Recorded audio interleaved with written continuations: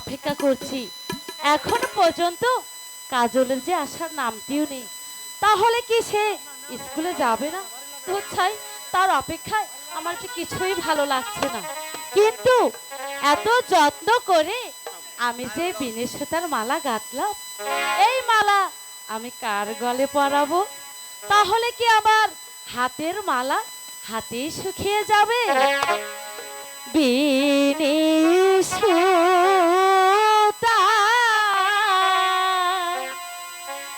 মালা খানি ও আমি পহরাবো কার গলে গো, ও মালা পরাবো কার গলে।